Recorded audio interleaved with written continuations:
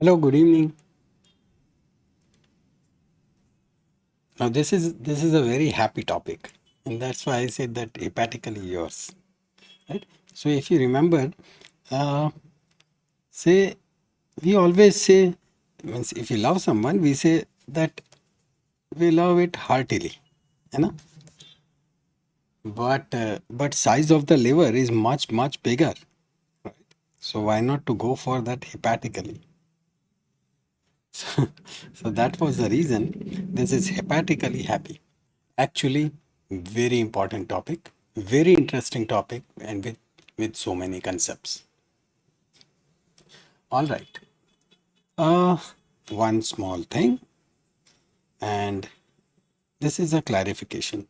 I think in just when the question was asked about the greater sac, right? In one of the videos, just in last final dying moments, by mistake, right? It was shown at an incorrect place. Then later on in the next video, we discussed it at full length that where exactly the greater sac is, because we say that greater sac, it is outside lesser sac, correct, but inside the peritoneum, inside the peritoneum.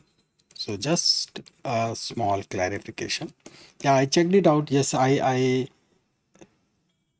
it showed it over here, right? No, but it cannot be, it is a lesser sac, right? This outside part, that is the greater sac, this outside. So anything which is not lesser sac but it is within the peritoneum, it is all greater sac, right? So that was the thing. Let's start with our today's topic.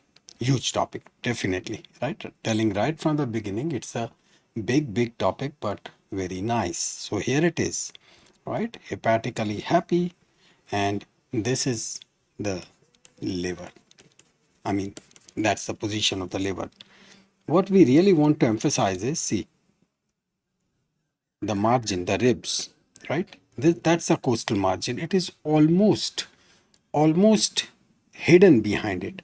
So if we really want to have a look at the liver properly, we need to remove so many ribs. That's what we'll do. So here it is. See how the liver is shown just partially, right? Just deep. So we need to remove almost this area. That much is what we shall remove, right? And when we do that, here it is. Now we can see the liver pretty clearly, right? So that's the liver, right? Okay, so here it is, right? If you can see this is all diaphragm, right? So we lift the diaphragm. Over here, these are the lungs, right? These are lungs. You are watching the lungs because the big portion is removed, so that's why it is like a transition, right? You are watching the lower part of the thorax and you are watching the upper part of abdomen. So if we really want to see liver properly, we just cut down those ribs and then we lift the entire diaphragm up. Once the diaphragm is lifted, then the liver is very properly exposed, and here it is, right? That is a proper exposure of the liver, right? So this is the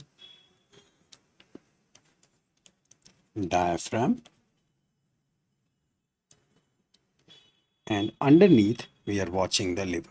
Now these are all ligaments. So over here, ligaments, they are nothing but, when we talk about ligaments in abdomen with respect to peritoneum, so that means they are like thickened peritoneal folds, right? Thickened peritoneal folds. Now one very important instruction. Say liver would be associated with so many ligaments, that means so many reflections. Now it is necessary to understand all those reflections very properly because so many questions would be related to it, and as such it is important. So today we'll go into that depth That so much so, if needed, we'll even learn about a small portion of fetal circulation also, so that the concepts are clear, right? So that's what it is in my mind. Okay. Yeah, good evening, good evening. Okay. So yeah, double folds of peritoneum. So here it is. This is the liver, right? Here it is seen with much better clarity. Now, say when we say the liver, which is on this side, it is right? It is divided external into right lobe and the left lobe because of these peritoneum. But this division is only external. Internally, it is entirely a different ball game, right? Okay. So this is how the liver really looks like, right? The way we said that when we really watch the heart, right, that heart is actually not that romantic, right? So same thing over here. This is how the liver really looks like, right? But see,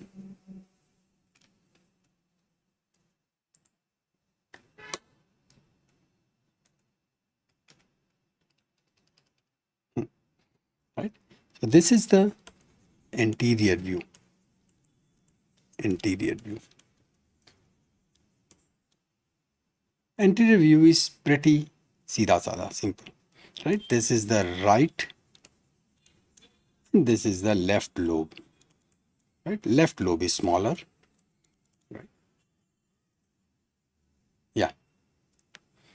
So right lobe and the left lobe, right? This is covered by diaphragm, right? So it is, and that's what we saw, that this is covered by diaphragm.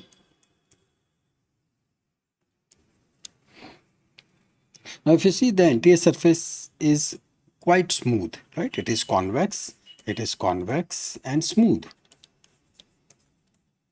and not much of the things which are present over here. Few major things which are absolutely evident, that this is the gallbladder which we see, and one important point which is there is this border. This anterior border is sharp, right? So that's the anterior border which is sharp, and it is pretty cleanly defined, right? It is well defined. So it is sharp and well defined. Now when we see, this is the posterior aspect, right? This is posterior view. Now this is really a busy view. So many things they are seen over here. Now because we are watching from the posterior side, so that's why now this is right side, correct? That's the right, and this one is left. These are the two major lobes, right? That is gallbladder, right? This is gallbladder. Now, apart from right and left lobe of liver, there is one more lobe which you can really watch it. This is over here, right? This one, irregularly shaped lobe, and this is what is called as the caudate lobe.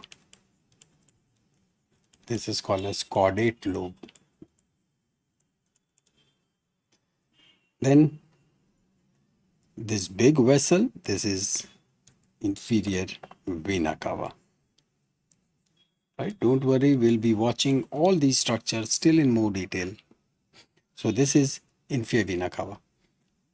One thing which is very clear over here is that this posterior border, if you see the posterior border, right, it is very ill defined. Everything there are, because there are so many structures. And just underneath this gallbladder, there is one more lobe over here. So in order to see this lobe, right, we need to take the gallbladder on one side, then and then we can really see it very properly. Well, this lobe, right? It would be like a square shaped lobe, right, with four sides. This is how it will look like once the gallbladder will be taken on one side, and this is what is called as the quadrate lobe, right? Quadrate lobe. So far things are quite simple and easy. Oh, is there any buffering?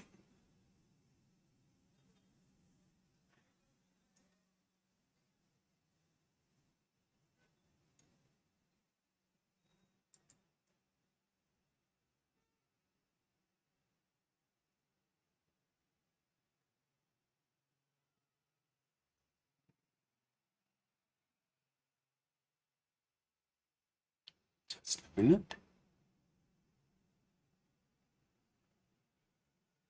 Let me just check.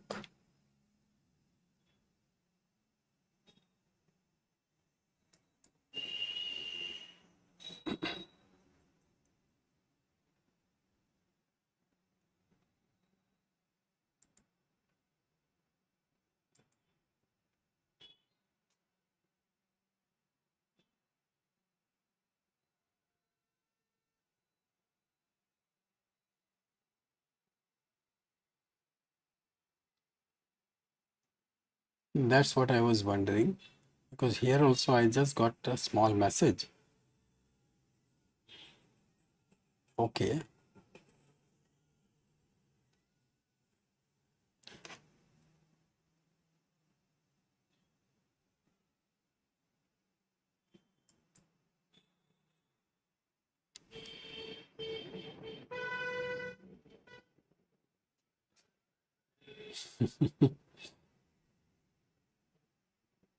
Yeah, yeah, that's right.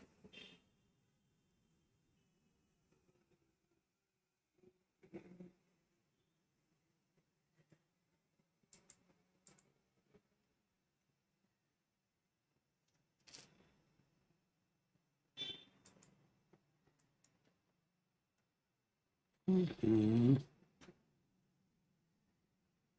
Now okay? All right. If now it's okay, so then we continue. Because the topic is so important and it is so interesting.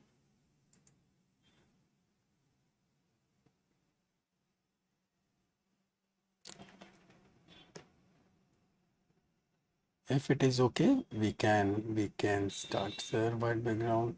White background would not be great. No. In fact, with black, the focus would be much better. That I tell you. Okay, voice video, now everything is fine. All right. Okay, okay. Chalo. So let's start with this. So this is the posterior view, right? And quadrate lobe, gallbladder, inferior vena cava, left and the right lobe, right? That's what we saw. Okay. Now here also it is showing excellent connection. Fine, fine. Now here comes the first thing. Till this point of time, everything was easy, right? Now comes the first ligament, and this first ligament is falciform ligament. Falciform ligament, right? Falciform is what? Falciform, it is this shape, right? You know that instrument to cut down that grass, right? To cut the grass, right? This is that shape. This is what is called as the falciform, right? So here it is. Here how it is connected, right? So from the highest part of the liver, because this part, it is the highest part, right? So this falciform ligament, it will start from the highest part of liver and it will go all the way, say over here, this portion, right? This portion. That is what is called as the hepatic notch. That is between right and left lobe, right? So it is called as the hepatic notch, right? So this one would be left lobe, and that's the falciform ligament, right, which we are holding. So this is the first ligament which we are watching. There will be several and we'll be watching all of them. So here it is, right? If we just take it down, right? So here is the right and this is the left lobe. And this is the ligament which we are talking about, right? Again, falciform ligament. Now see, in this falciform ligament, in its, you can watch that this is, in that ligament, its free border is thickened. This area is thickened. This area is thickened, right? That thickened area, which is like a cord, which is round. So anything which is like a cord, which is round, right? There is a word, teres, right? So this is called as the ligamentum teres. Ligamentum teres. So this is this one, right? It is also called as the round ligament, right? Makes sense. Otherwise, teres or teres itself means round, but well, it is also called as the round ligament of liver. Actually, as we'll proceed, we'll see that there is round ligament of uterus, there is round ligament of ovary, right? All those things will come. But this is like round ligament of liver. Now, what exactly is this ligamentum teres? It is remnant. It is remnant of umbilical vein. Right? It is remnant of umbilical vein. So what happens that during fetal circulation, right? Here is like placenta, and then from placenta, umbilical veins, right? Umbilical veins, they will be carrying oxygen plus nutrition to the fetus. Now, post birth, right, these umbilical veins, they are not needed, so then they are converted into this fibrous structure, and that's what is called as the remnant of umbilical vein, and that is ligamentum teres, a round structure, right? So this is like this falciform ligament. It divides the whole thing into right and left. Now if you watch carefully, this falciform ligament, right, that's the falciform ligament. As it goes up, right, see, it is dividing, it is going like this and this, right, going like this, and they are called as the coronary ligament. They are called as the coronary ligament. We'll have a look at it in another image also, but this is what it is.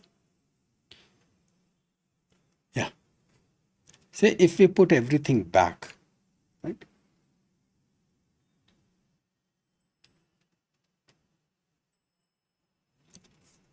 remnant means something which is now not present, right?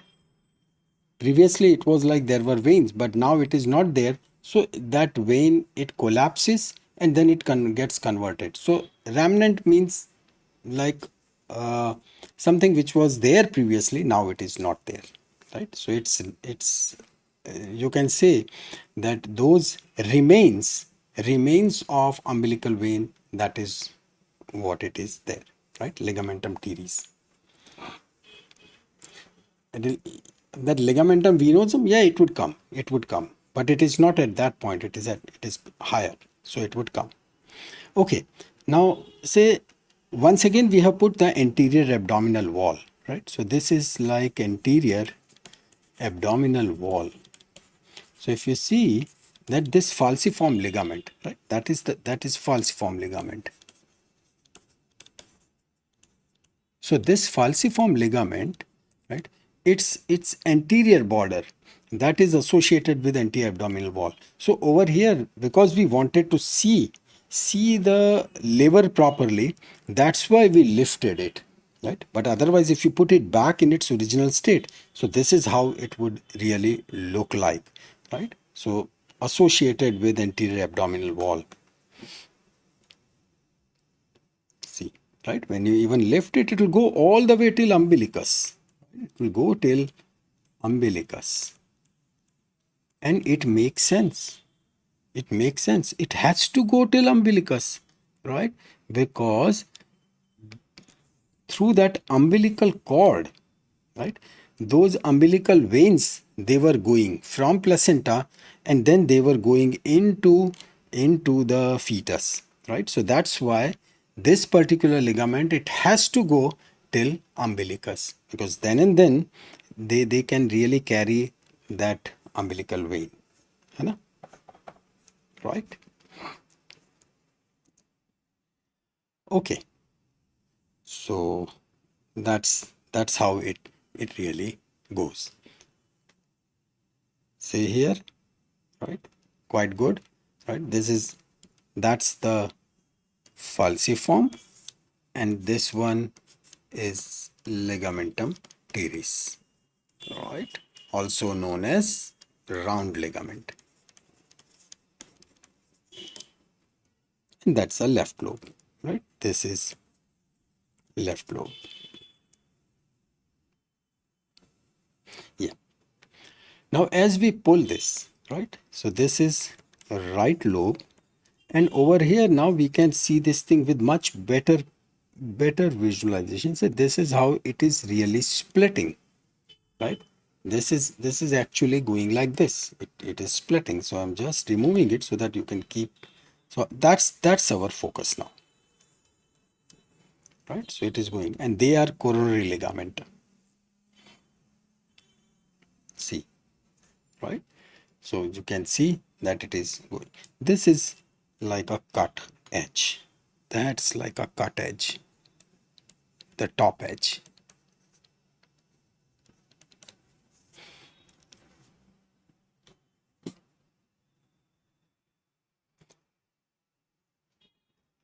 Now, you do remember that then there was ventral mesogastrium and the dorsal mesogastrium, and when the liver was developing, liver actually pushed this mesogastrium so that it was obliterated, correct? So it means that liver will, when you are tracing the peritoneum, it liver will actually be pushing these peritoneal folds up to the wall so that they are obliterated. So that's why we can see that they are going deeper, right? This is a deep connection, right? They are all attached deep. So in liver, there would be most of the area would be covered by peritoneum. Most of the area, right? That would be covered. But there would be some area which will not be covered, and that area is called as the bare area, right? Bare area. So they are like not covered, right? We'll see that.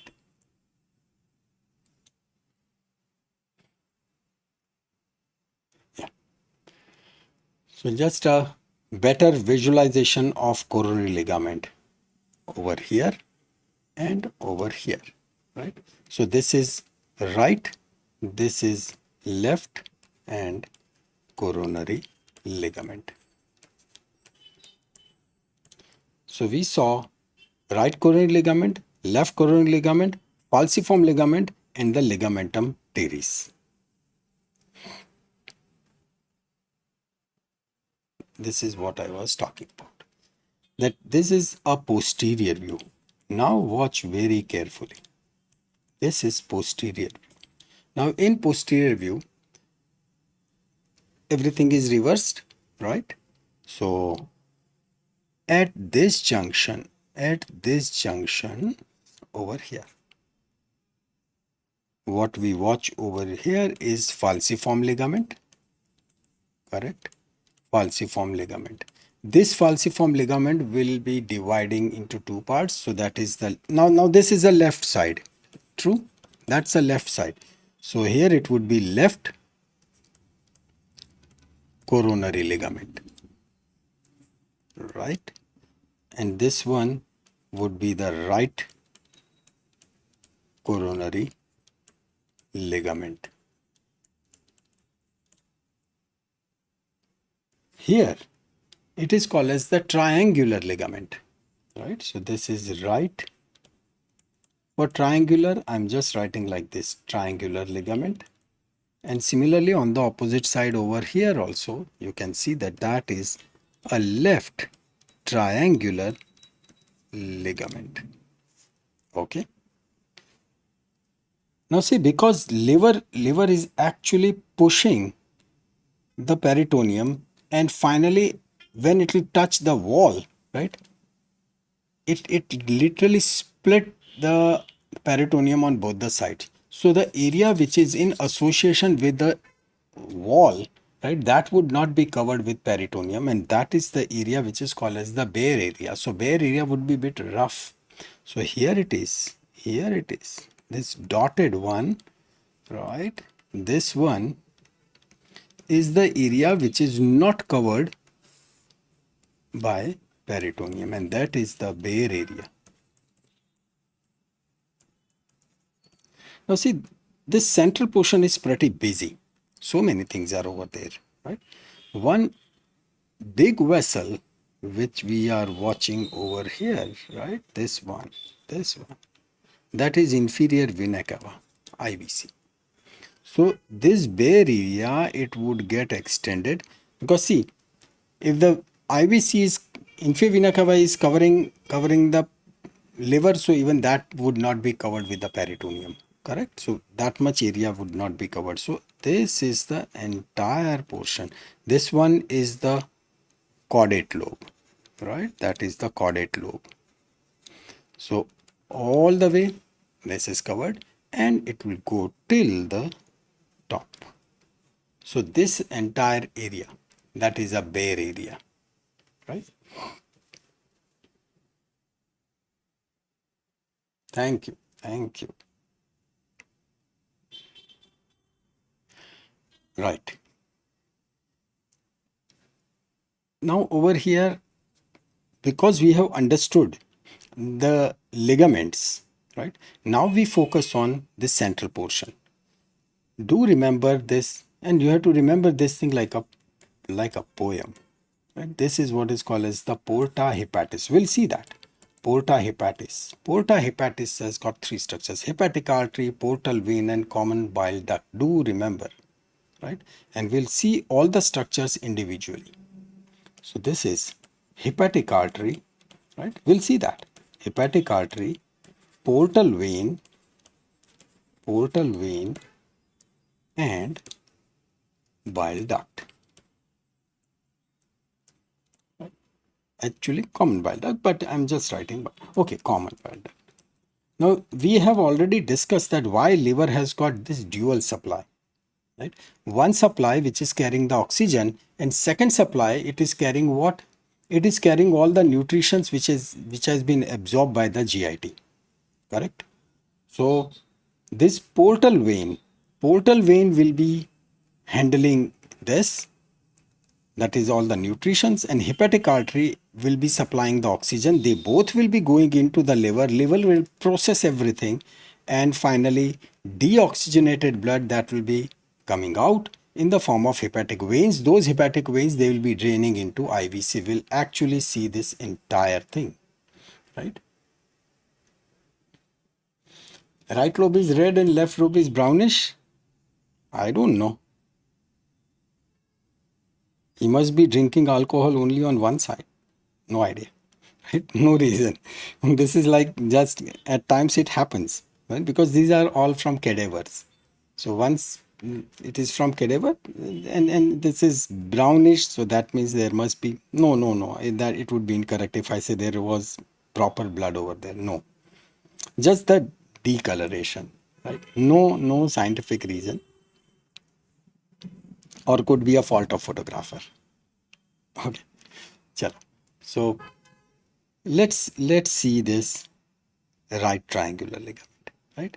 The deep over here, this one. See, right? That is the right triangular ligament.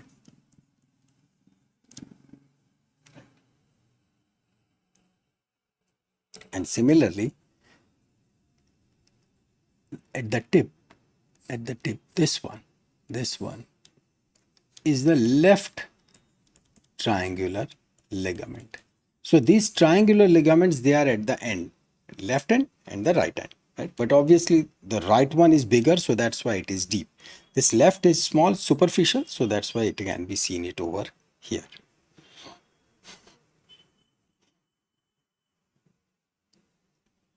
As such, bichara liver means anything goes wrong to liver, immediately people say, ha, alcohol, daru. Okay. Uh, let's understand now this portion, because this is a zoomed version, right? Zoom portion between liver, right? So liver is here, right? And we know that it is leading to formation of what with the stomach, that is lesser omentum, right? That's a lesser omentum. So that lesser omentum, this is the point, this is the portion, that's where the lesser omentum would be connected. Lesser omentum, this is easy, that's gallbladder. And this central portion, that one, that is the Portahepatis, right? That is the Portahepatis. So let's see the entire Portahepatis step by step, every structure individually.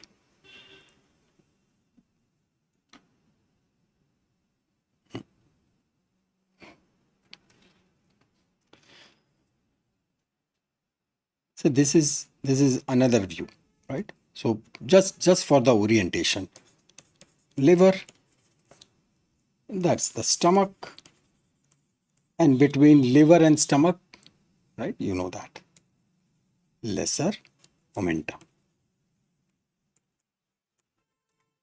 So pretty easy. And yeah, obviously this is anterior view.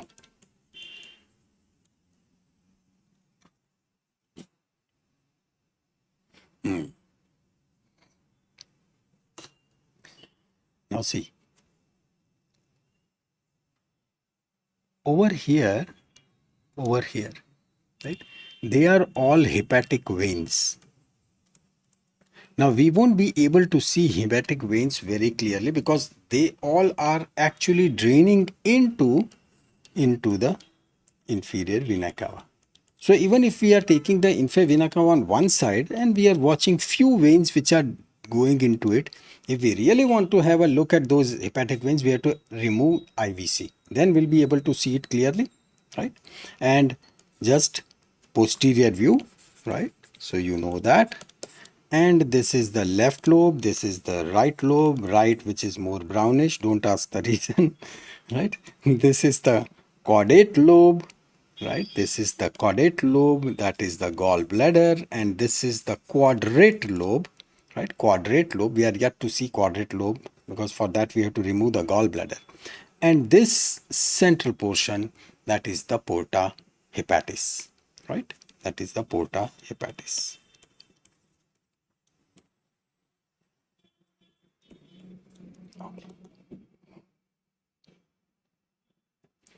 Here it is. As we remove, right, see, we have removed the IVC, inferior vena cava has been removed. And now you can see that, okay, these are like hepatic veins. And these hepatic veins, they drain directly. See, this is the hepatic vein. These are small hepatic veins. There are few large, few small, right? But all of them, they will be finally entering and joining the IVC.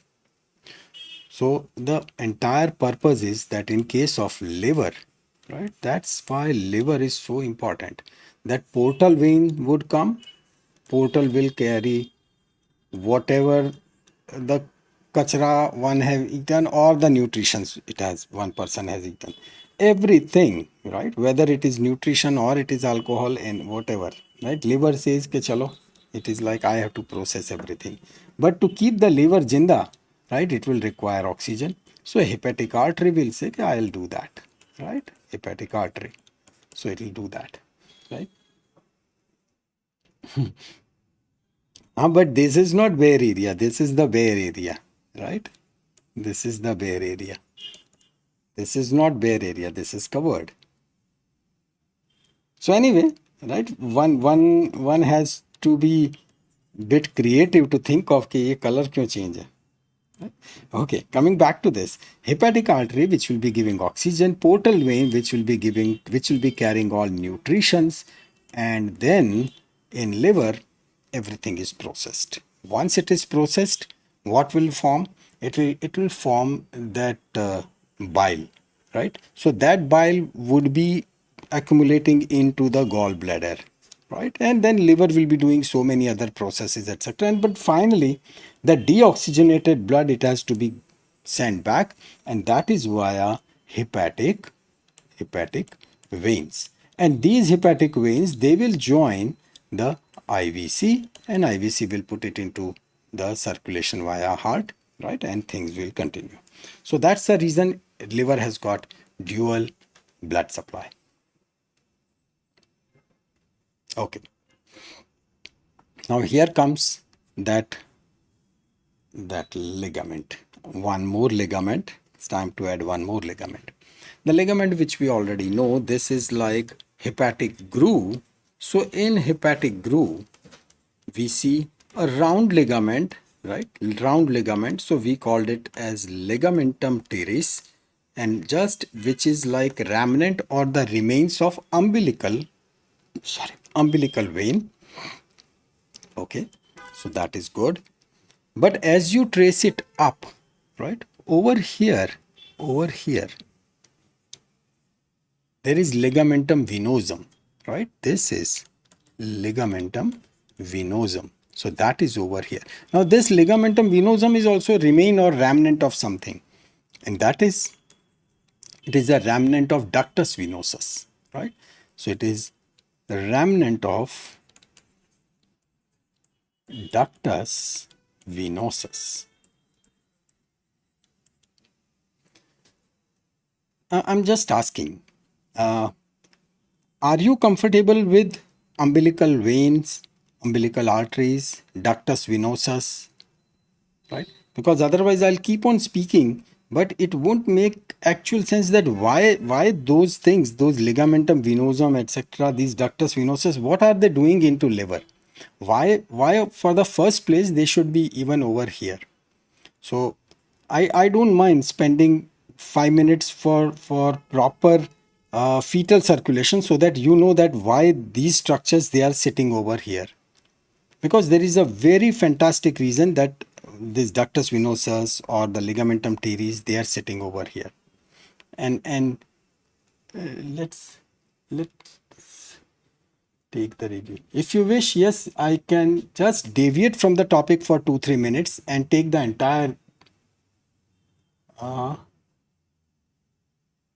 venosum. So no means I'm not. So should I explain? Right, this ductus venosus, umbilical vein, the entire fetal circulation. It won't take much time because it is very logical. Okay, let's take it. Let me add a few 1 or 2 pages. Just a minute.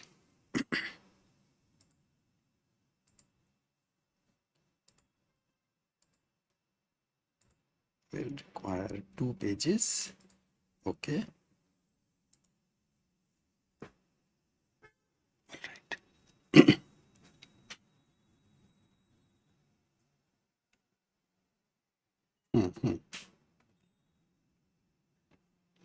Because when I used to study liver, this question appeared in my mind 100 times, that why those umbilical veins, arteries, what are they doing it over here, right? But once we know the reason, it becomes extremely easy. Here it is. See, this is placenta, right? two things. In case of fetus, the lungs are collapsed. Correct? In the fetus, lungs are collapsed. It is when the first cry, when the baby cries, that it is at that point the lungs expand for the first time. Otherwise, for the first those 9 months, they are collapsed. So it means oxygen would be supplied by placenta. Nutrition would be supplied by placenta. And they are carried by umbilical vein, right? Umbilical vein. Now these umbilical veins, they will be entering into the fetus via umbilicus, right? Because this is nothing but umbilical cord, right? So that's the cord, and yeah, they are like this, right? They are like this. So umbilical vein is carrying oxygen and nutrition. So that's the direction. And here, that is umbilicus. So they enter into the fetus. Now in fetus, these umbilical veins, they divide. They divide into right and left, right? So this is the right and the left umbilical vein, right? Umbilical vein. What they do, they straight away go into the liver. They go into the liver.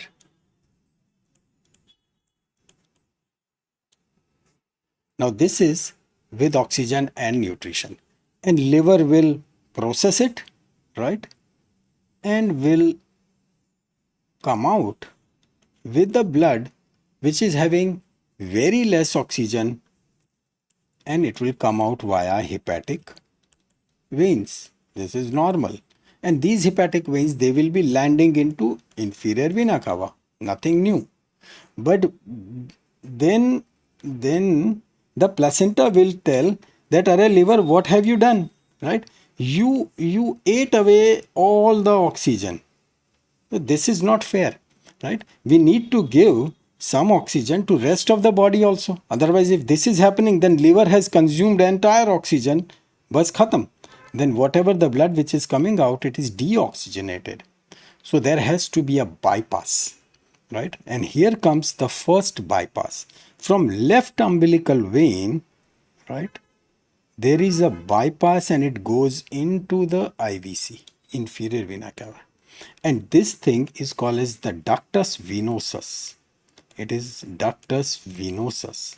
So what ductus venosus is doing, it is bypassing hepatic circulation so that this blood is not utilized by liver, and liver is so peto, right? He'll eat up the entire oxygen and will not give anything to the body. So yes, liver is important. So he is given the blood, but this is the bypassed, right? So here it is the bypass, it bypasses hepatic circulation. Now comes very interesting thing, circulation.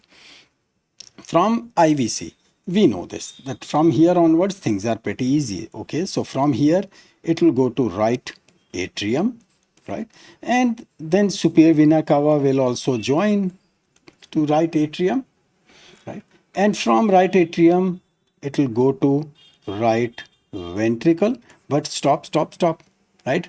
What's the purpose of sending the blood into right ventricle? No point, because right ventricle will carry this thing via pulmonary artery, that is the pulmonary trunk, to lungs. But those lungs, so they are of no use, right? They are deflated. So there is no point. So then it happens like, I'll draw it over here. Then it happens like this.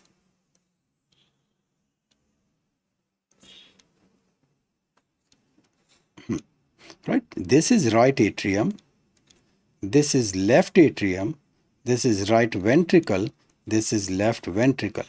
So blood came from IVC and SVC. So instead of sending the blood via this route, it goes into left atrium. It goes into left atrium. And there is a foramen over there. And that foramen is called as the foramen ovale. Right? So from right atrium, the blood is bypassed to left atrium. And this is what is called as the foramen ovale. And there is a reason, because over here those lungs they are collapsed. When they are collapsed, that means they'll be offering high resistance, right? And when the baby would cry after the birth, that resistance would decrease. So there is a flap, right? There is a flap, because this is like a one way valve. And in one of my film, in fact, I've explained this entire embryology also. So it is like a flap, right? So blood goes in one direction, but when it tries to go back, right, when the pressure changes, it snaps. So blood won't be able to go back, right? And after birth, all these flaps they would merge, right? And the baby's heart would start working normally. In case if it is not happening, so then that leads to all those shunts, right? Yeah, it will close at after birth. At birth, nahi, after birth. After birth. When the baby cries, when there are pressure changes, and when the blood tries to go back from left atrium to right atrium, so at that time, that valvular effect comes and it stops. Right? Yes, definitely. Definitely. Yes, you are right. Right? I was just coming to that point that actually in fetal circulation, Bichara baby would always get the mixed blood. He'll never get the pure blood. Reason? This deoxygenated blood from the hepatic vein, right? That would mix with the oxygenated blood of ductus venosus. So actually you are very right, it is the mixed blood. It is the mixed blood which is obtained, right? So function of foramen ovale, function of foramen ovale is, because if the foramen ovale is not there, so then from right atrium, where would that blood go? In case of fetal circulation, from right atrium it will come to right ventricle. Right ventricle's outlet is pulmonary trunk. Lungs are not functioning, so blood would wait. We'll say now where to go, how to circulate into the entire body, because otherwise in adults, so it is like from lungs it will go into the form of pulmonary veins, oxygenated blood, and they will land into left atrium too, and then the entire circulation goes. But now this is blocked. So that's why the blood takes a bypass, right, from right atrium to left atrium, right? So beautiful, so scientific, right? And then from left atrium it will go to left ventricle, and from left ventricle it will go to aorta, and boom, to the entire body, right? So from left atrium to left ventricle to aorta, and it goes, right? Then there is one more interesting thing. In case if it happens like that, some blood it actually goes into the right ventricle, right? Obviously some blood would, some notorious blood, some naughty blood, right, it will go into the right ventricle. From right ventricle it will go to pulmonary trunk. It has gone into pulmonary trunk, and now what would happen to that blood? Well, if you really see the anatomy, right, so that pulmonary trunk is like this, and aorta is like this, right? Arch of aorta. So there would be a connection between both of them, right? It is not blocked, right? It is like this, a tube, right? It is a connection between both of them, and that is called as ductus arteriosus. So that even that bacha kucha, whatever the blood which tried to sneak in via that pulmonary trunk, that pulmonary trunk is connected to aorta by ductus arteriosus, right? So that finally entire blood it goes into the aorta, and then aorta will circulate into the entire body. And then what really happens is that finally it divides into that common iliac artery. Common iliac will divide into internal iliac artery, internal iliac right and left, and then they would combine, and they will form the umbilical artery, and that umbilical artery will take this deoxygenated blood into the placenta, and the cycle keeps on repeating. When the baby is born, so at that point, now these umbilical veins are not needed, correct? Cord is cut. So these umbilical veins, right? These umbilical veins, they are converted, right? They become fibrous. So these are round, so they become ligamentum teres, right? Then this ductus venosus, this bypass part, right? That is also not needed because now the entire circulation is by the baby itself. So this ductus venosus, it gets converted into ligamentum venosum, true. And then later on this foramen ovale, that is blocked, and this ductus arteriosus, that is also blocked, right? So that is how the fetal circulation actually occurs. So over here, now we know it very well that these umbilical veins, they will be leading to ligamentum teres, right? Teres means round, so ligamentum teres, and this venosus is like venosum, ligamentum venosum, right? This is the reason that why these ligaments, they are so close to liver, because this is the core of it. All right. Okay, so this second page is not needed.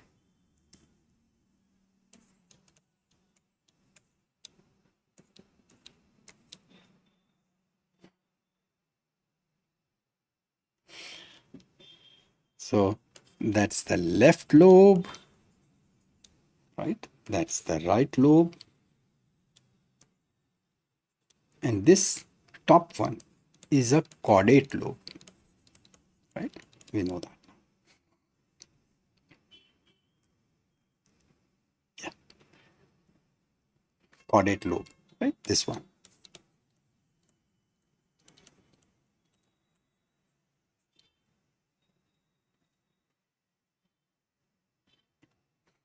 Okay. This is what I was mentioning, that when we push the gallbladder, that's the gallbladder, right? When we push the gallbladder on one side, we actually have a look at quadrate lobe. This is quadrate lobe, right? Rest of the things, they are known to you. So just in figures, if we just want to have a look at this, right? That is superior layer of coronary ligament. That's the bare area which is not covered by peritoneum. That's the right triangular ligament. We saw that. Right. Then this is the inferior layer of coronary ligament. That's the inferior layer. This is the right lobe. That is Portahepatis, hepatic artery, portal vein, and the bile duct, common bile duct. That's the gallbladder. This is the ligamentum teres, and now we know it very confidently that it is the remnant of umbilical vein. That's the left lobe of liver, and this is the left triangular ligament. Right. All easy.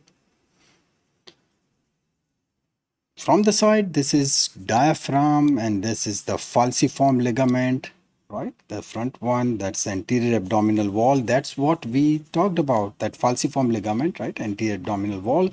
This is ligamentum teres, where the remnant of the umbilical vein was there, and that's the reason that this ligamentum teres is going all the way till umbilicus, because in fetus it would be carrying the umbilical veins.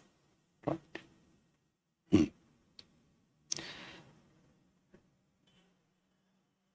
Now, before we proceed, we should have a look at pancreas. Pancreas.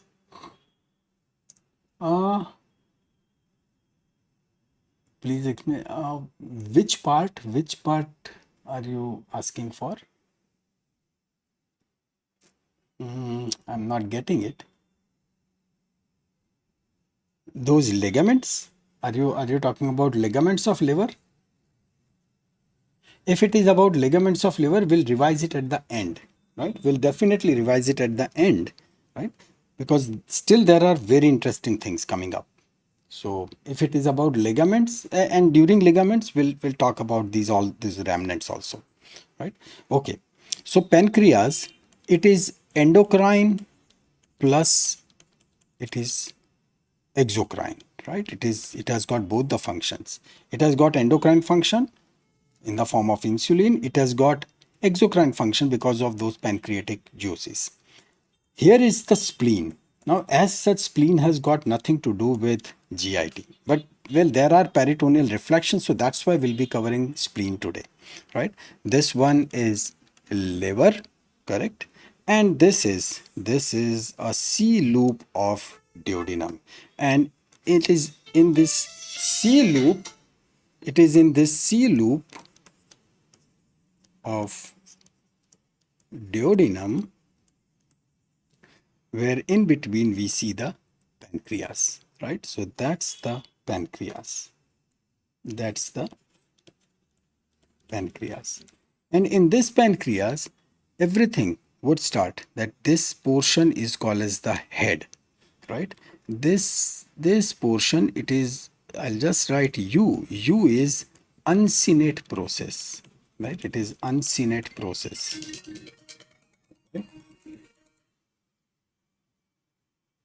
It is uncinate process. So that is head. Then that portion is the neck, then the body, right, and the tail, right? So that's how the entire pancreas is there. Basically, it is in the C loop of duodenum. Okay, another, this is like a zoomed version. But why we saw this? Because pancreas is actually associated with very important structures on the back side, right? So that's what I would like to draw, because we'll right now we'll not be watching it. Later on, when we'll be discussing pancreas, we'll understand it. But see, pancreas over here, right? I'm drawing it over here, right? That's the portion where it would be associated with posteriorly the aorta. And from aorta, the emergence of superior mesenteric artery. We'll be watching these arteries today, right? Then over here, there would be the portal vein, right? Portal vein. So that would be associated. And when we say over here, right? Over here, this, so that would be inferior vena cava. So inferior vena cava, portal vein, aorta, superior mesenteric artery, they all are in close association, right? That's what will be going over there. Wait, I'll be showing you that.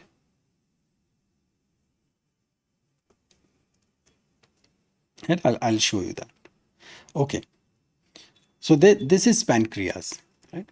And so that's the pancreas, right? And these are the important structures which are associated. The level which is over here, that is at the level of L1, right? Okay. Now, as we know that it opens into D2, that is the second part of duodenum, right? So from here comes the common bile duct. From here comes the pancreatic duct, correct? Pancreatic duct, and they open into D2. True? That is how it happens. Now there are few variations. Sometimes pancreatic duct and common bile duct, they open individually and then they go all the way. Now this is, as it is so important, that's why we are watching now the Portahepatis and all of its component individually, so that there is no doubt about it. Remember, Portahepatis is a combination of hepatic artery, portal vein and common bile duct. This is Portahepatis, right? Common bile duct, you'll be able to identify instantly because of its color, correct? Hepatic artery and portal vein, they will be going inside the liver, and common bile duct, it will be carrying it will be coming out, right? Now how it is really formed, that's what we'll now see. This large caliber, right? So this is portal vein, right? That is the portal vein. Then all these are hepatic arteries,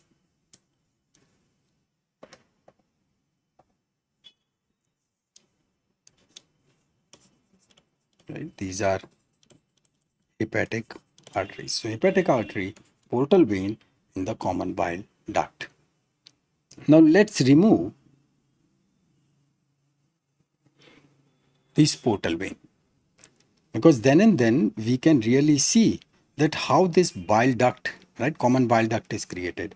See, from both the lobes of liver, there comes hepatic duct, right? Hepatic duct, right hepatic duct and the left hepatic duct. So these are like right and left hepatic ducts. These hepatic duct, they will join together to form, and this is called as the common hepatic duct. Correct? This is common hepatic duct. So this one is common hepatic duct. This common hepatic duct will carry the bile into the gallbladder, and that thing is called as the cystic duct. Cystic duct. Because common bile duct is not always open, right? It will open only when it is needed. Otherwise, that bile would be going into this gallbladder. See how nicely distended gallbladder is, right? Absolutely motitaji. Gallbladder fully loaded.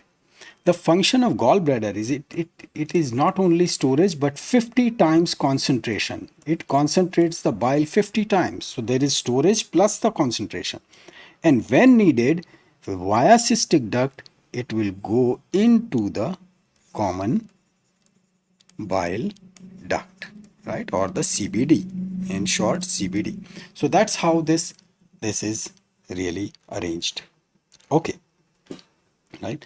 Just the another view, right? Very proper. So this is when we pull it, you actually see this cystic duct very properly, which was not seen in the previous image, but this is cystic duct which is carrying it into the gallbladder, right? Rest of this common bile duct and those hepatic ducts, gallbladder, everything is known to you, right? So I'm not writing it.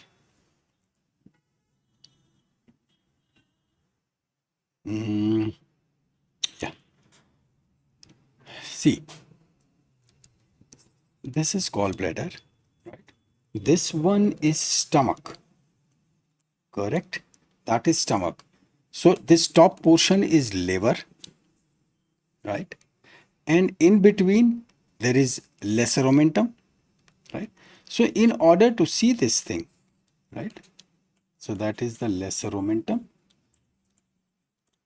To see these things, you have to actually remove a part of the liver and the transverse colon, right? Because transverse colon would be lying exactly on top of it, so that has been removed just to show these structures properly.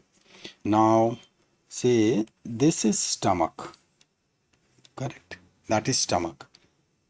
Here is the border of liver. So in between, we understand that this is lesser omentum. Right? This is D1, the first part of duodenum. First part of duodenum is part of foregut, right? So there are few thickenings over here, right? There are few thickenings over here which are going on first part of duodenum. Yeah. If you watch very carefully, right, it is actually seen very nicely. See, here it is. This is, don't be, say, this green part, right? This green part is actually D1.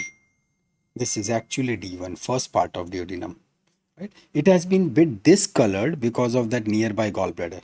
So that is duodenum, and these fibers, right? These fibers, these are the thickened fibers, right? And that is between liver, because this is liver, right? This is liver and this is duodenum. So in between portion, this one is hepatoduodenal ligament.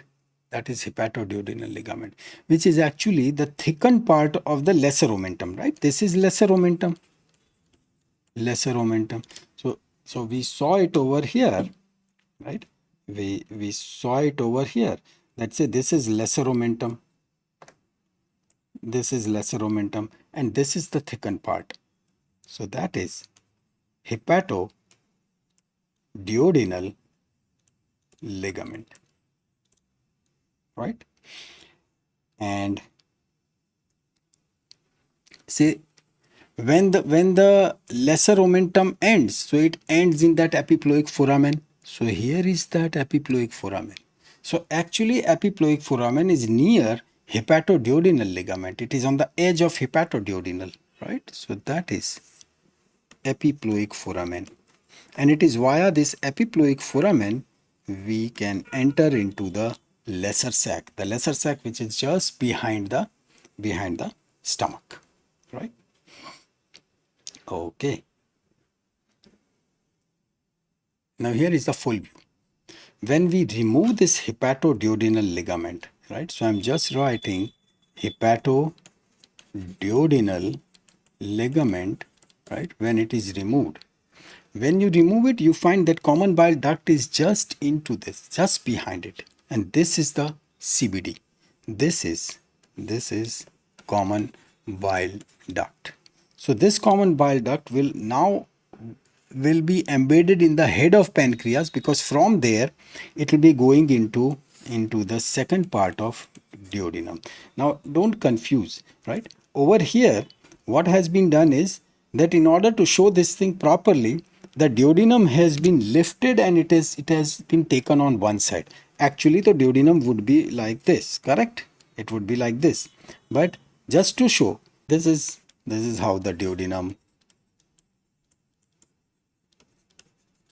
would really look like, right? And now this is like small pancreatic duct. This is when the CBD is going, and this is the main pancreatic duct. All of them, it is possible, right? Because such variations, they are possible. So all of them opening separately, that can also happen. Or pancreatic duct, say, merging into CBD and then they enter, all those combinations. Okay, looking from inside,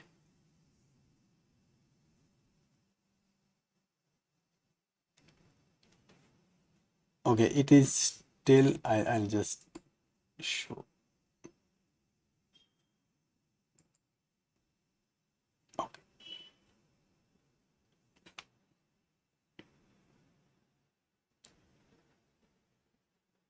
Yeah, email ID,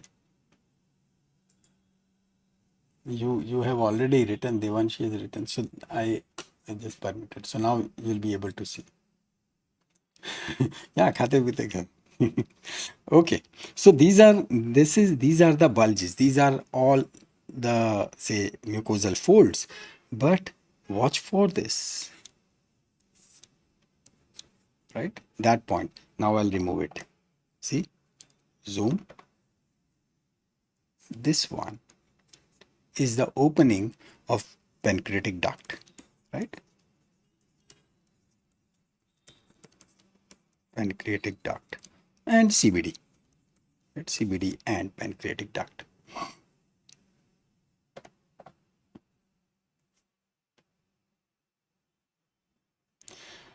Now we move on to the spleen. Now, as we know that spleen has got nothing to do with the digestive system, right? But because those peritoneal reflections are important, that's why we are covering it over here. So here is the spleen. See the spleen. That's stomach, right? This means that we are dealing with now the left side over here, and here it is the spleen. spleen which was developing into the dorsal mesogastrium, right? And see, that's the shape of spleen. Spleen is actually like that. So this one, where the splenic vessels they enter, it is called as the hilum, right?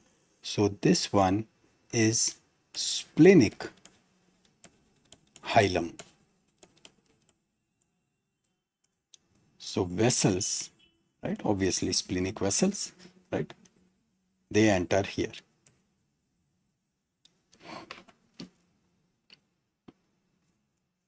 Seen bit more properly. Now we need to go back to our embryology understanding.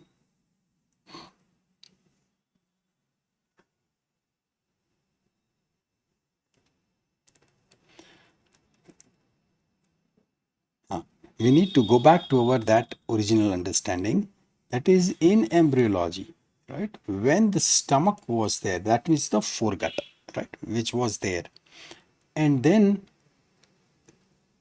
there was, say, it started rotating, liver developed over here, spleen developed over here. So when the spleen was developed, right, so this is the peritoneal reflection. So this is what we are talking about. Between stomach and the spleen, right? Between the stomach and the spleen, those peritoneal folds. So that peritoneal fold which is between stomach and spleen, that would be gastro, that is stomach, splenic, that is spleen, gastrosplenic ligament. Gastrosplenic ligament. And that gastrosplenic ligament is nothing but this, right? So easy. That's the gastrosplenic ligament. And see, when we split that, right, in case if we cut that, so where will we enter? We enter into lesser sac, right? Okay. See, that's why I put this image. Say here it is.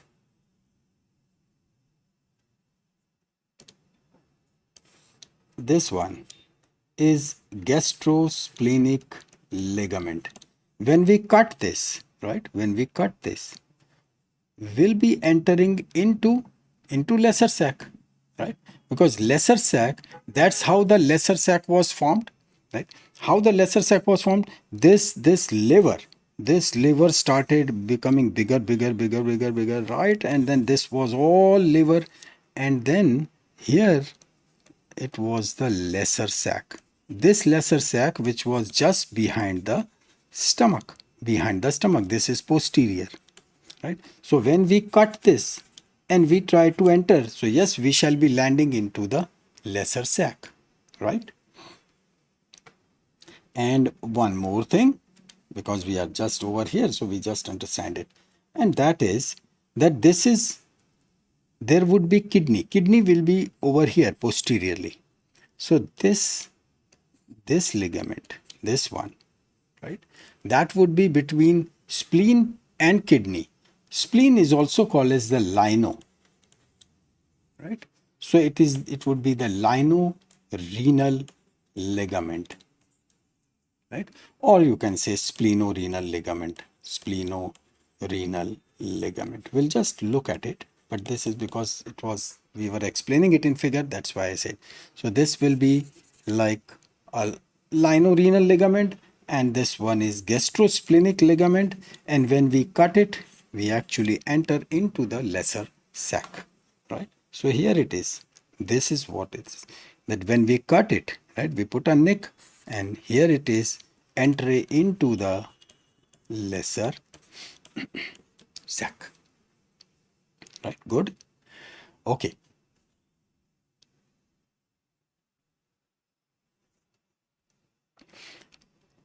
So for to watch for the lino-renal, right, we have to really push the structures so that we really see that how deep it goes. Here it is. Here it is.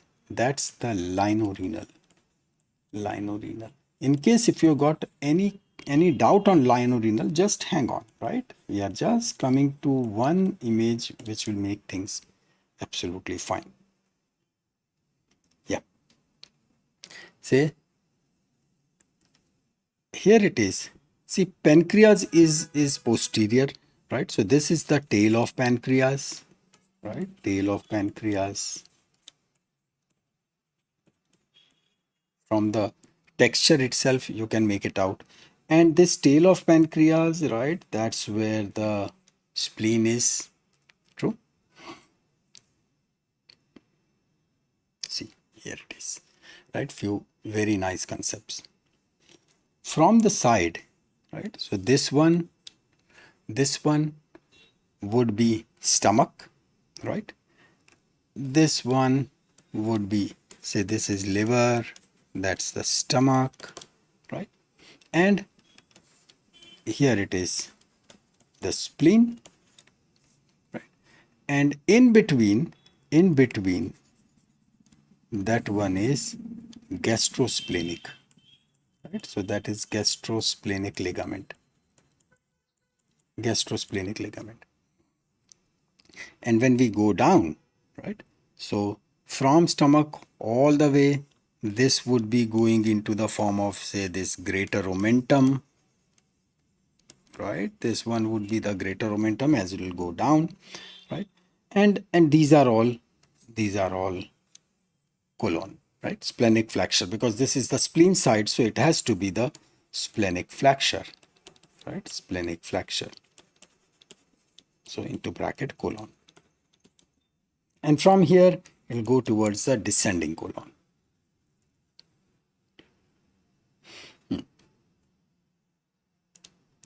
Falciform, so that's the liver. Sorry. That's the liver, right? So liver, this would be the falciform ligament anteriorly, right? And say that's okay. That is the parietal peritoneum. We know the structure. That's the stomach. That's also fine. Between stomach and say on the posterior side, we have got this entire, that is proper hepatic artery, portal vein, and bile duct. Will combine all these three things together because it is nothing but it is Portahepatis, right? Say this is greater sac. Greater sac is means wherever there is no lesser sac, so that outer part is the greater sac, right? Regarding the splenic recess, etc., right? We just hang on. This is spleen between the kidney. Between the kidney, see these are the kidneys, right and left kidneys. So between the kidney and the spleen, that's the linorenal ligament over here, right? That's the linorenal ligament. Behind the stomach, yeah, that is the lesser sac, and this entry, that is into the epiploic foramen. And posteriorly, this one would be the aorta, that is the inferior vena cava, and we have seen that thing into our those CT scan images, right? So this is big, this is easy. Pancreas, so as always, the posterior. So this makes quite a good sense. We understand it, right? Here it is, right? Regarding this internal hernia through epiploic foramen, right now will not touch, right?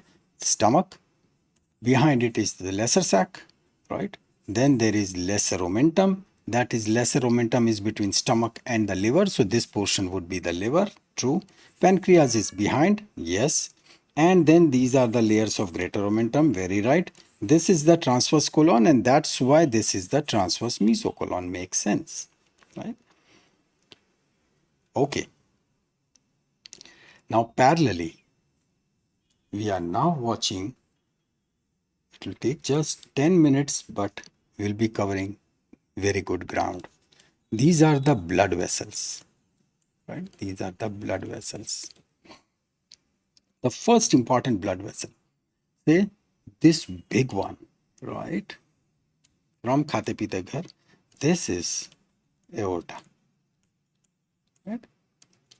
Aorta is always like a big boss, right? From aorta, first comes out is celiac trunk. So here it is celiac trunk, right? Celiac trunk. From celiac trunk, three major vessels, they will be coming up, right? See, one which is going up, so we'll tell it number one. Second, which is going like this, so that is number two. One which is going like this, This is 3. As such, we have seen these vessels, but still not a problem. This one which is going on the top, right, that is left gastric artery, right? This is left gastric artery. It will be playing a major role, right? Is coming to that. And yeah, from aorta there would be few vessels which will be going up and going towards the crus of diaphragm, and they are the diaphragmatic vessels, right? Diaphragmatic arteries.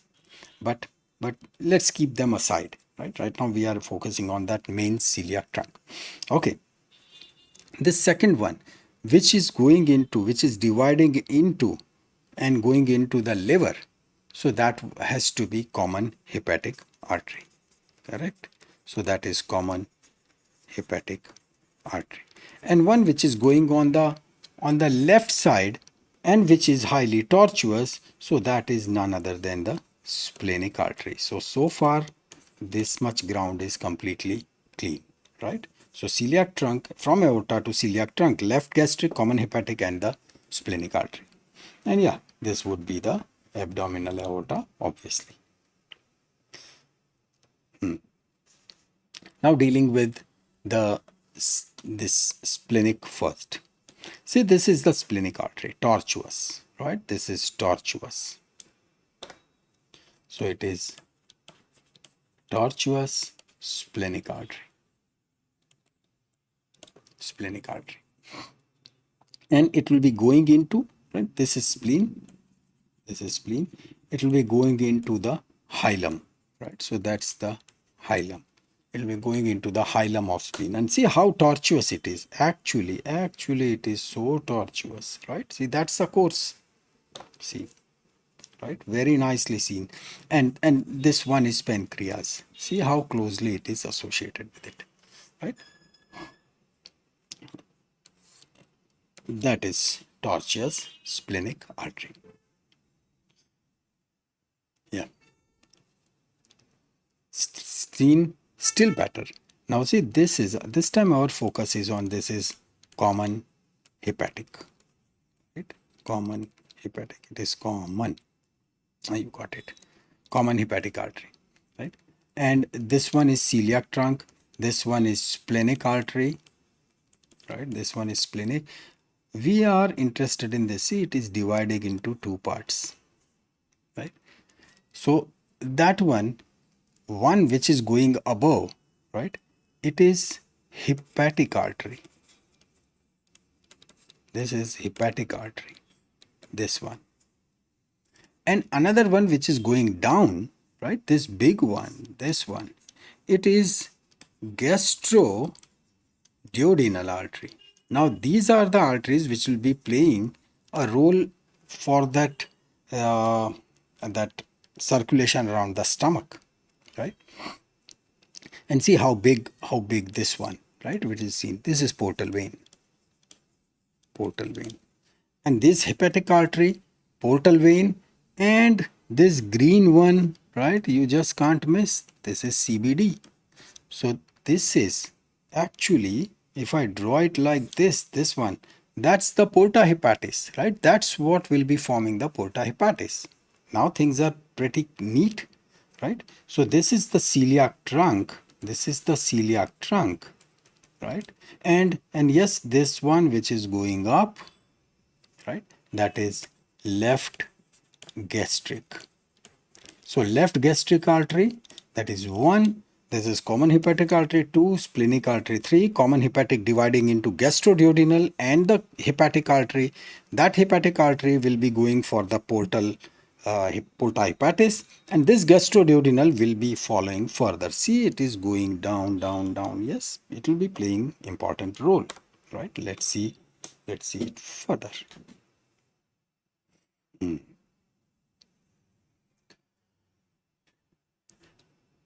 Easy to identify structures, or let me not write it, right? This is for your understanding, right? You know this. I'll just speak of, right? This is what?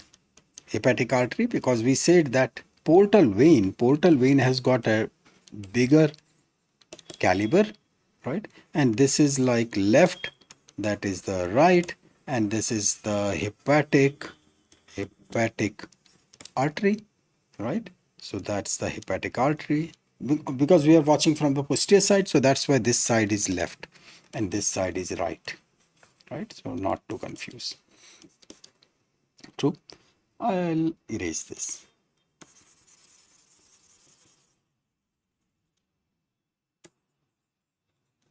Means right now, so you will easily remember, but just when you try to revise, yeah, this is. Now I'll always remember this, that this gallbladder is from khate pite ghar ki, right? That I'll write, gallbladder, right? And this one would be CBD, right?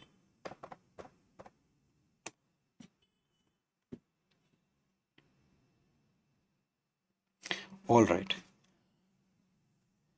So many things to see in this. Celiac, right? I'll write it in short now. Celiac. Then there goes the left gastric. Then from here, this one would be common hepatic, right? Common hepatic.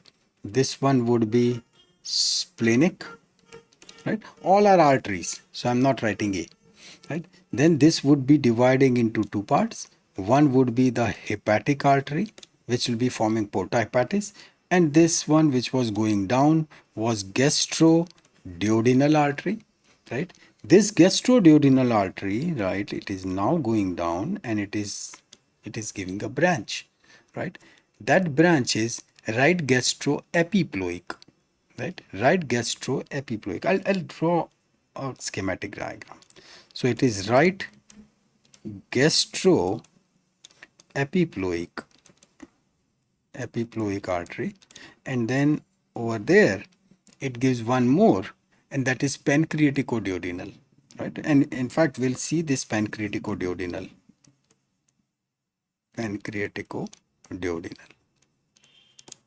So it goes something like this, that say abdominal aorta. Now see, in abdominal aorta, in abdomen, there is foregut, midgut, and hindgut. Foregut means what? Foregut means stomach and the first part of duodenum, right? So that is supplied by celiac trunk. So all these collectively, they will be supplying stomach and the first part of duodenum. Then for the midgut, that midgut would be D2, D3, D4, right? That is second, third, and fourth part of duodenum, jejunum, ileum, cecum, ascending colon, and the two-third of the transverse colon. That would be supplied by superior mesenteric artery. And then rest of that is lateral one-third of the transverse colon, descending colon, sigmoid colon, all those they will be supplied by inferior mesenteric artery. Done. Easiest blood supply, easiest, right? So this abdominal aorta, the first one which will be giving this celiac trunk, right? So that celiac trunk, you can say that it will be giving to foregut, right? Now you know what foregut is. From celiac trunk, it will go to this common hepatic, right? Common hepatic, because others, so they are separate, splenic and left gastric. And this common hepatic, it will divide. I'm not writing artery, right? It will divide into hepatic, right? Obviously the artery, and the gastroduodenal. This gastroduodenal will be dividing into two parts, right? One gastroepiploic, but remember right side, this is right, right? So it means there would be left gastroepiploic. Yes, there will be, right? So this is gastroepiploic artery. And one more, and that is pancreaticoduodenal. So PD, pancreaticoduodenal, done, right? Almost the entire circulation is about to get completed. Yeah. See, here it is seen with much better, right? See how fine the pancreaticoduodenal is seen, right? This is pancreaticoduodenal artery. All right. let's have, that's the stomach, and in case of stomach there are two arcades, right? Outer arcade and inner arcade. Inner arcade means something, this is inner, right? This is outer. These are called as the arcade, arc, right?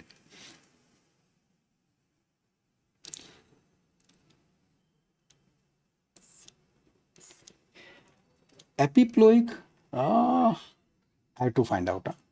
I have to find out. I don't know exactly what epiploic word means, but I'll tell you next time. I'll tell you. Okay.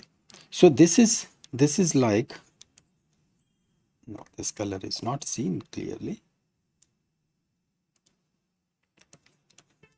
This is outer arcade, right? Outer arcade means it is at a greater curvature of stomach.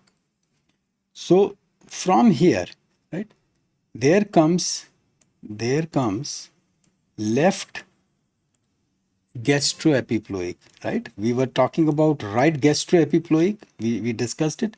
This left gastroepiploic artery, it comes from here. Now, from where should it come? There is only one option, right? There was on left side only one artery went, and that was splenic. So this is nothing but a branch of splenic artery, right? This is a branch of splenic artery. So that part is done. From the right side, it is the right gastroepiploic, right? So easy. So this is right, sorry, gastro, right? Gastroepiploic, epiploic artery. So that comes from the right side.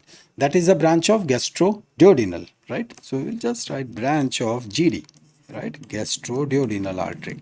It looks stylish. Branch of GD, right? And they will be forming this arcade at the greater curvature, right? Why to write? I don't doubt your intelligence, right? So that's what really is formed at the outer arcade. Done, right? Two simple arteries, and here it is. Now we are dealing with the inner arcade, right? So this is inner arcade. That means at a lesser curvature, right? That is near the lesser omentum. Simple, directly this big one from, that is the left gastric artery, and left gastric artery, so it comes from that big boss, right? This is a branch of celiac artery. From the right side, it is right gastric, right? So good are the names, so easy to remember. Right gastric artery. Over there they were gastroepiploic, and these are the gastric. And this right gastric is branch of hepatic artery, right? It is branch of hepatic artery. But this is also done. So that is what is happening at the, this is called as inner arcade, and that was the outer arcade, right?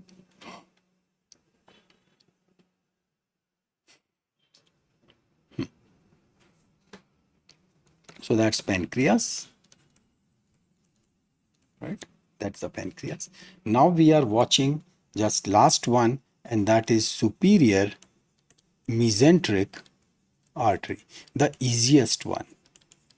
It looks most complex, but it is the easiest because now it supplies midgut.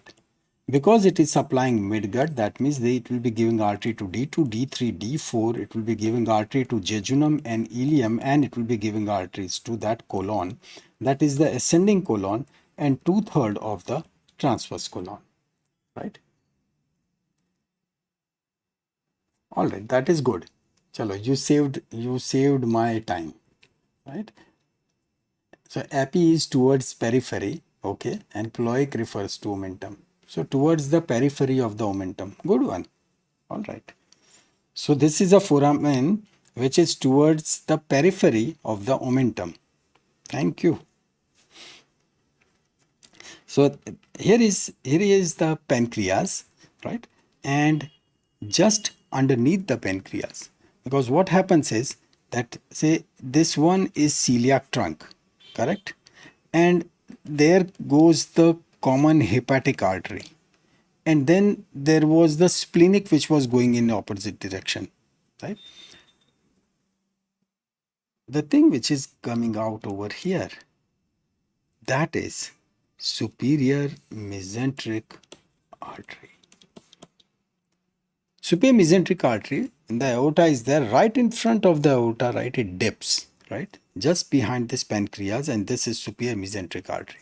And this superior mesenteric will be giving branches to the all midgut. So all those so many branches which you are watching, they are actually nothing but the direct branches, right? These are the direct branches. This is superior mesenteric artery, this one, right? See how it goes, right? It will go all the way, right? It will supply duodenum, right? This one is superior mesenteric artery, right? It is giving art, and by the way, this one which is just near to it, this one is artery, so this is superior mesenteric vein, right? That is artery and vein together, and here it is. All these are entering into the mesentery. It has to, right? So these are entering into the mesentery. When they are going into mesentery, so they will be giving supply to jejunum and ileum. Done, right? Then there is one branch which is over here. It will be going to, say it will go up. Why it is going up? There is only one structure which is above, and that is the transverse mesocolon. So this is a branch to transverse mesocolon, and this would be very clear. It will say okay, transverse mesocolon, only the midgut portion come, right? So that means only the 2/3 one, right? That is done, and this portion, it goes retroperitoneal branch. So that is what it will go towards, that cecum and all those other portions, right? That's the bird's view, right? When we watch it from the top, this one, right? See how it is going towards the cecum side. This is going towards jejunum ileum, one branch going towards the transverse mesocolon, and see all of them, they are taking care of the midgut, right? I'm just removing all of them so that you can see properly. So I'm just writing full view, right? Full view. Okay.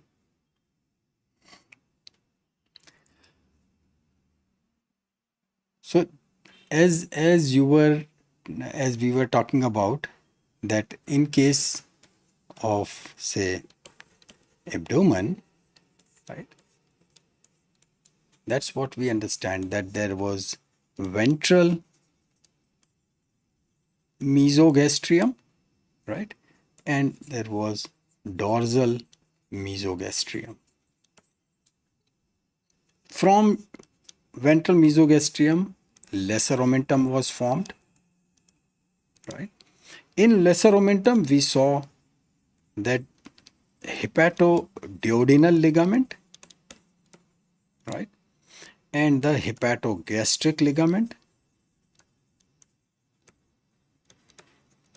So this is done, right? Then let's finish this part, right? Then for the liver,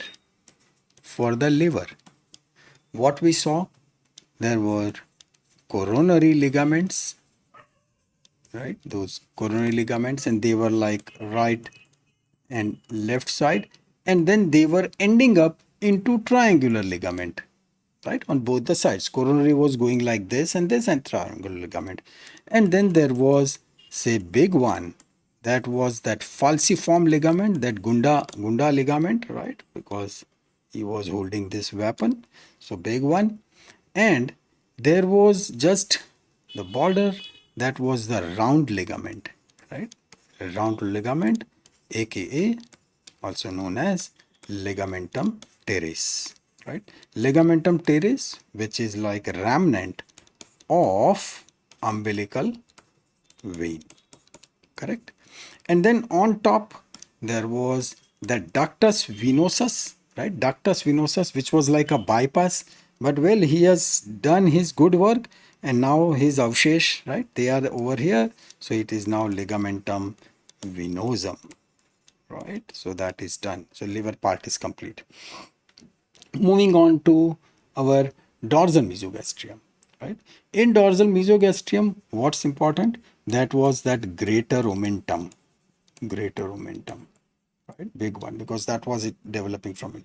Greater omentum, so it was having gastrophrenic, gastrocolic, gastrosplenic, right? All those things we have seen. So it is like gastro. In fact, whosoever is near, that thickening happens. So it is like with diaphragm, so it becomes gastrophrenic. Then with colon, so it is gastrocolic, right? That thickened one which we saw, right? Which we can feel even when the transverse colon is underneath. And the gastrosplenic, that's what we saw today, right? And one more, right? And that was linorenal, right? Linorenal ligament, that is between spleen and say kidney. And finally there was phrenicocholic. There is one more, phrenicocholic, that is between say diaphragm and the colon. So these were the ligaments, these were the reflections, right? And that's it, done for today, right? So you, yeah, I remember it. It was that revision part, what you were telling about that fetal circulation. Let's do it fast, right? Let's do it, no problem. So this is fetal circulation. So here is the placenta, right? This is the placenta. This placenta which is giving oxygen and the nutritions. So here is that umbilical cord, right? And say ding ding ding ding, right? It is carrying that oxygen. So that's why I'm drawing it red. So carrying the oxygen. And these are like umbilical veins. Here is the umbilicus. So it enters into the body, right? Into the fetus. So this area is fetus, right? And it divides because it has to go into the liver. So this is the right and this is the left, and they go into the liver, right? They go into the liver. These are umbilical veins, right? They enter into liver. Liver processes is eats that whatever the oxygen is there, and out as the hepatic vein, right? This hepatic vein will be landing into inferior vena cava. But then because liver is so petu, that's why some of the blood is diverted, right? Diverted. And this diverted blood, what is called as the ductus venosus, right? Ductus venosus. So it will be carrying that oxygen blood. And yes, you were very right that from here comes the carbon dioxide, from here comes the oxygen. So actually it is the mixed blood. So rest of the body will be using that mixed blood, but doesn't matter because there is some oxygen and this much oxygen is sufficient for the growth. So no worries. From IVC, right? It goes into the right atrium, right? Well, from right atrium, it should go into right ventricle, and it goes from right ventricle. It tries to go into the pulmonary trunk, right? But then where are the lungs, right? Lungs are collapsed. So this is like a blind or the dead end. Meantime, from right atrium, that's why it does some samajdari, right? And it diverts it into left atrium, right? And that is, see, I created the foramen over here only, right? So that is foramen ovale. Function of foramen ovale? Well, function of foramen ovale is just survival, right? Otherwise, what would happen? Blood will go and will wait at lungs. Lungs are not expanding. So from foramen ovale, left atrium to left ventricle to aorta, right? It will go to aorta. But because some of the blood, right? Some of the blood was sneaking through right ventricle, so that's why here it is, right? A path is created. And that path is ductus arteriosus. So now aorta has got the full blood and it goes into the body, right? Utilizes. Finally, that blood, right? Once again, it goes into all those, right? And it divides, and then finally common iliac, internal iliac, those internal iliac arteries, right? They combine together to form umbilical artery, and that umbilical artery, right? And it goes back into the placenta. And that's how the whole thing keeps on working, right? So this was the fetal circulation. Finally, just one thing, that as soon as baby is born, right, there is no role of these right and left umbilical veins, right? So these umbilical veins, they become cord-like, they become rounded, so it leads to formation of ligamentum teres. Ductus venosus, no more needed, right? Because now why to bypass? So this is not needed. So that gives ligamentum venosum, right? So that is done. And because you have learned this entire thing, so this foramen ovale, well, it gets closed, right? It gets closed because of the pressure. And this ductus arteriosus, that also gets closed, right? And the normal circulation develops. So this was about the fetal circulation part and how those ligaments they appear. All right.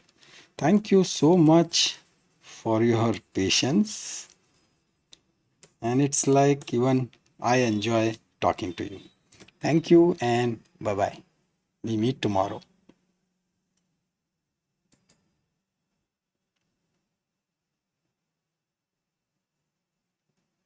Ductus venosus have oxygen? Well, yeah, ductus venosus has oxygen because that oxygen, which is all the way from placenta and bypassed, because the function of ductus venosus is bypassing the hepatic circulation, right?